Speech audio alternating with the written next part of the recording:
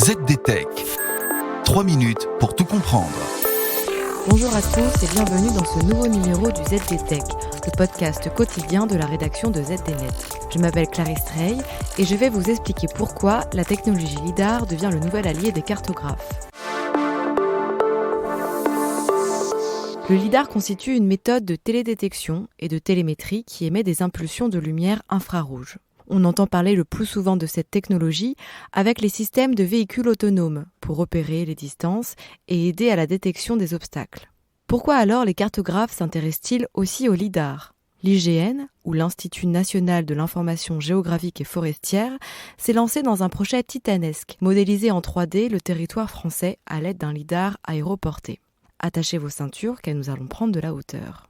L'IGN et ses partenaires vont quadriller pendant 5 ans tout le ciel de France à l'aide de cette technologie embarquée à bord d'un avion. Tout l'Hexagone sera concerné, ainsi que les DOM-TOM, à l'exception toutefois de la Guyane, où la forêt occupe une grande partie du territoire. Ce programme est donc inédit par son ampleur et par le volume des données qu'il va générer.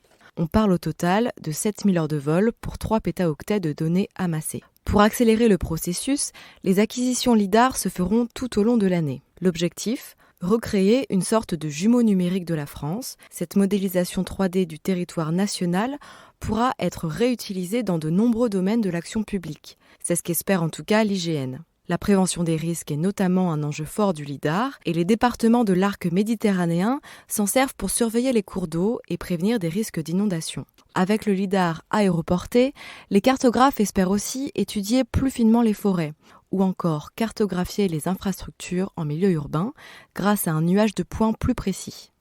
On parle ici de 10 points au mètre carré, une densité déjà impressionnante. Et plus le nuage de points est dense, plus la description du territoire sera fine. Une fois que les nuages de points sont récupérés en vol, ils sont ensuite vérifiés et traités pour produire des modèles numériques de terrain. Pour ne pas s'éparpiller, l'IGN procédera à la couverture de l'Hexagone par étapes. Une bonne partie du quart sud-est de l'Hexagone étant déjà couverte, la période hivernale sera dédiée à des prises de vue sur les Vosges et la zone de Rambouillet.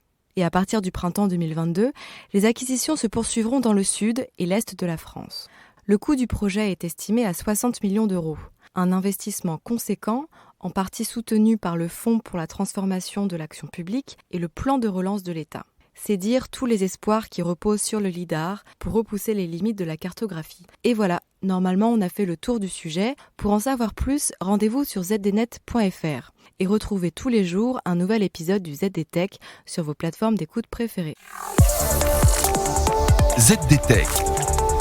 3 minutes pour tout comprendre.